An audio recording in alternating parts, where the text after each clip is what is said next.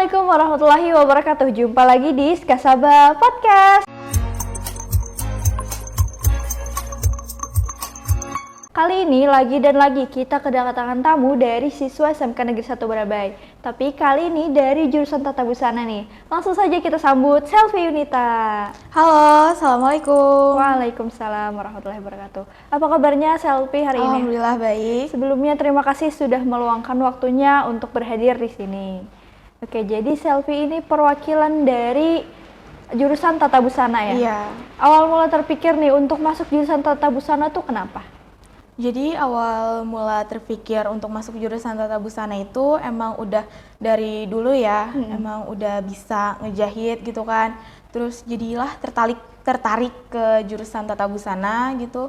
Kan dari dulu dari kecil ya main gitu kan, main yang boneka. Ya main boneka Barbie itu kan, terus ngejahit bajunya, ngejahit sendiri gitu. Jadi dari situ terpikir lah gitu kan untuk melanjutkan ke sekolah tinggi untuk ini. belajar lagi? Iya, untuk belajar lagi untuk menjahit gitu. Oke. Yang pertama dibayangkan nih sebelum masuk ke jurusan Tata Busana, yang dibayangin pertama kali di jurusan itu apa aja sih yang diajarin? Kalau dari pertama kali itu ngebayangin ya pasti ngejahit lah ya.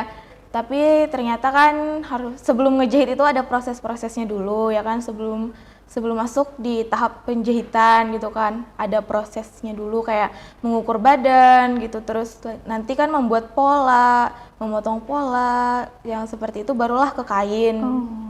Jenis-jenis kain itu juga diajarin juga nggak? Iya, jenis kainnya itu pasti diajarin ya, cara membedakan kainnya juga gitu. Kalau boleh tahu nih, di jurusan Tata Busana itu ada pelajaran produktifnya apa aja, terus praktek-prakteknya apa aja? Kalau di jurusan Tata Busana itu ada pelajaran produktif seperti PBCM, pembuatan busana custom made, terus ada PBI, pembuatan busana industri, terus juga ada seperti desain busana, terus kayak PHB gitu kan, pembuatan hiasan busana. Itu nanti dipelajarin di pelajaran produktif di busana gitu kan. Seperti PBCM itu kita belajar membuat busana seperti busana rumahan ataupun busana kerja gitu kan, seperti dress, sama juga seperti PBI. Dan juga kalau di desain busana itu kita mendesain model-model baju gitu, model-model celana. Terus kalau di PHB itu kita membuat hiasan busana seperti mempayet, terus juga kita menyulam. Di sana kita diajarkan. Oke, selain jahit menjahit ada lagi nggak yang diajarin di jurusan Tata Busana? Mungkin kayak berwirausaha atau disuruh membuat kerajinan gitu-gitu ada juga? Ada, seperti kalaunya berindustri itu kita ada nanti seperti Tata Busana ini mengikuti bazar seperti bazar. Nah, di situ kita nanti berjualan ya, gantian gitu kan dari Tata Busana, dari jurusan Tata Busana ini yang ngejaga stand itu kan. Jadi kita di sana belajar untuk berwirausaha gitu kan, memasarkan produk yang telah kita buat Ya, kerajinan nanti di sendiri pasar. ya. Iya, kerajinan tangan juga kita banyak diajarkan di sekolah. Contohnya apa aja tuh? Contohnya seperti membuat gantungan kunci, terus membuat ikat rambut, membuat bantalan jarum pentul, itu yang pasti ya buat dibutuhkan banget gitu kan dalam Tata Busana gitu kan. Terus ntar hasil kreatif itu barulah dipasarkan. Iya, dipasarkan. Diajarin juga untuk cara berwirausaha. Oke, berarti sekarang kelas 12 udah magang? Udah. Kemarin magangnya di mana kalau boleh tahu? Kemarin magangnya di luar kota, di Sekumpul, Martapura. Gimana tuh, nginep atau emang ada keluarga di sana kah? Di Martapura kemarin itu ada keluarga, jadi nginep ya. Di berapa lama magangnya? Kemarin lama magangnya cuma 3 bulan. Apa aja tuh yang didapat selama magang? Kalau di tempat magang itu pastinya banyak ya, kita dapat ilmu-ilmu baru yang belum kita pelajarin di sekolah, pastinya kita pelajarin di tempat magang. Dan juga cara kerja orang di luar kota itu pastinya beda banget sama kita yang asalnya dari sekolah gitu kan. Terus juga banyaklah menemukan hal-hal baru di tempat magang. Contohnya apa aja tuh yang mungkin di sekolah belum diajarin, di tempat magang kita harus melakukan itu gitu? Kalau di tempat magang itu kita kan kalau ngejahit ya, abis dipotongin bahan gitu kan dari pengurus magangnya situ kan yang motongkan bahan untuk dijahit, terus kita yang ngejahitnya. Nah, jadi kita ngejahitnya itu kayak langsung diukur misalkan 2 cm, 3 cm gitu kan langsung gitu aja jahit. Tapi kalau di sekolahan kan kita pakai radar. Pakai radar dulu, digaris kan ditandain baru dijahit. Kalau di tempat magang langsung. Oh, jadi perlu belajar juga ya. Iya. Ada kendala gak yang ditemui selama magang itu? Pastinya ada ya kan, kendalanya itu seperti kayak kita harus mengenal lingkungan baru nih di tempat magang gitu kan. Terus juga pastinya ya beda banget lah yang di tempat magang sama yang di sekolah. Harus beradaptasi. Iya, beradaptasi. Terus juga yang pelajaran-pelajaran di tempat magang itu nggak sepenuhnya kita ambil dari sekolah.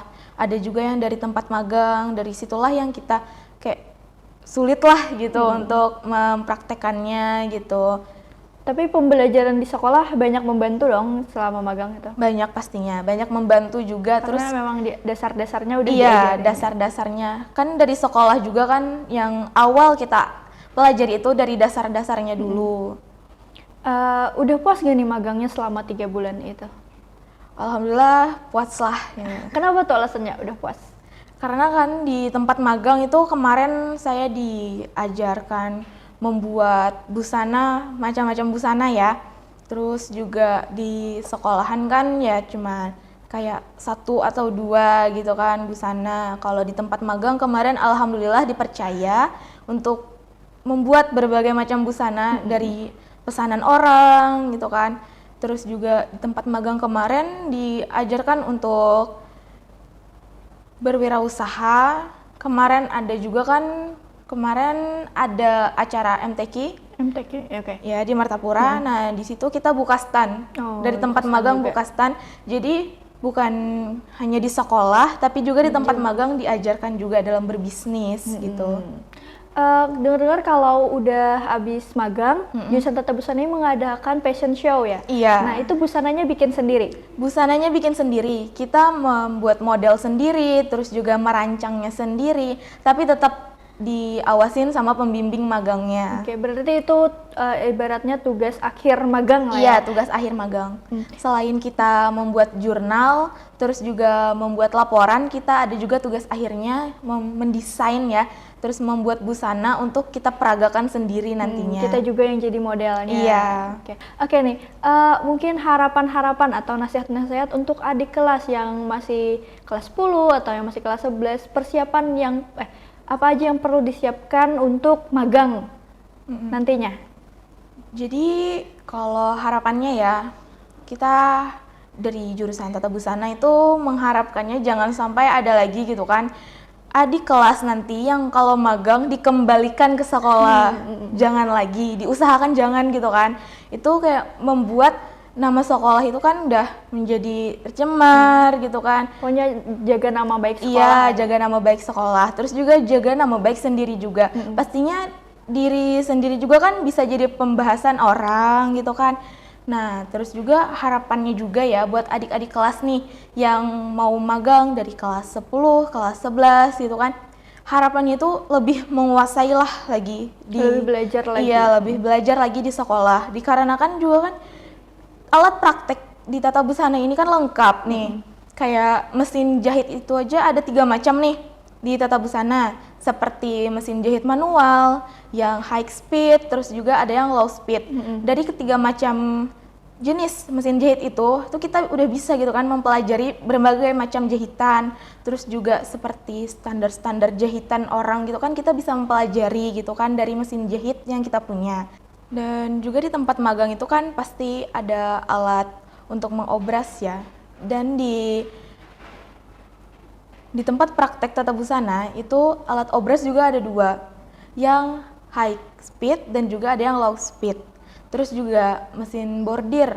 Nah, mesin bordir itu di ruang praktek Tata Busana itu juga ada 2 macam.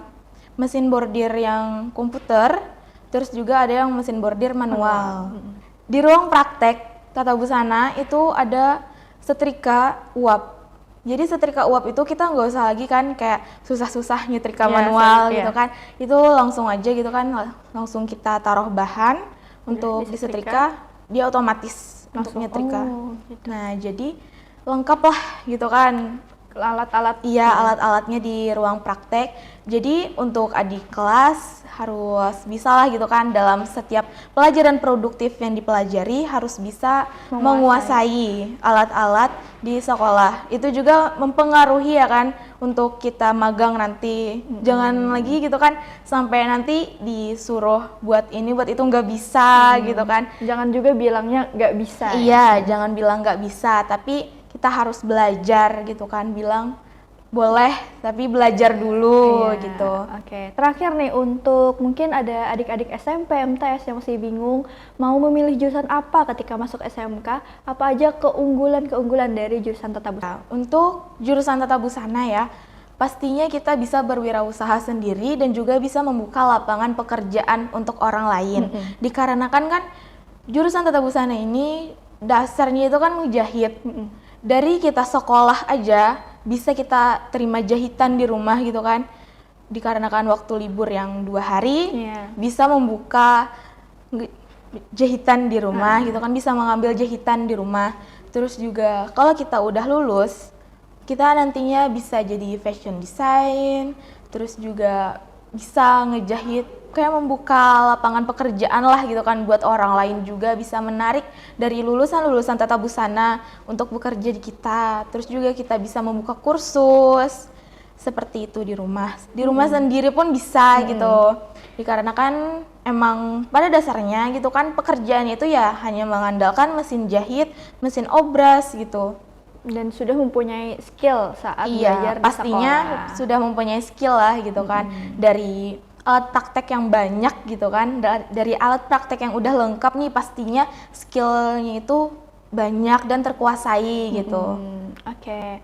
Mungkin itu sedikit gambaran tentang jurusan Tata Busana buat kalian yang penasaran apa aja lagi nih yang ada di jurusan Tata Busana. Ayo bergabung bersama kami di SMK Negeri 1 Barabai. Terima kasih ya sudah meluangkan waktunya di sini. Sama-sama. Mungkin sekian dulu podcast hari ini. Saya Linda Juliana dan Selfie Yunita pamit. Wassalamualaikum warahmatullahi wabarakatuh. Dadah.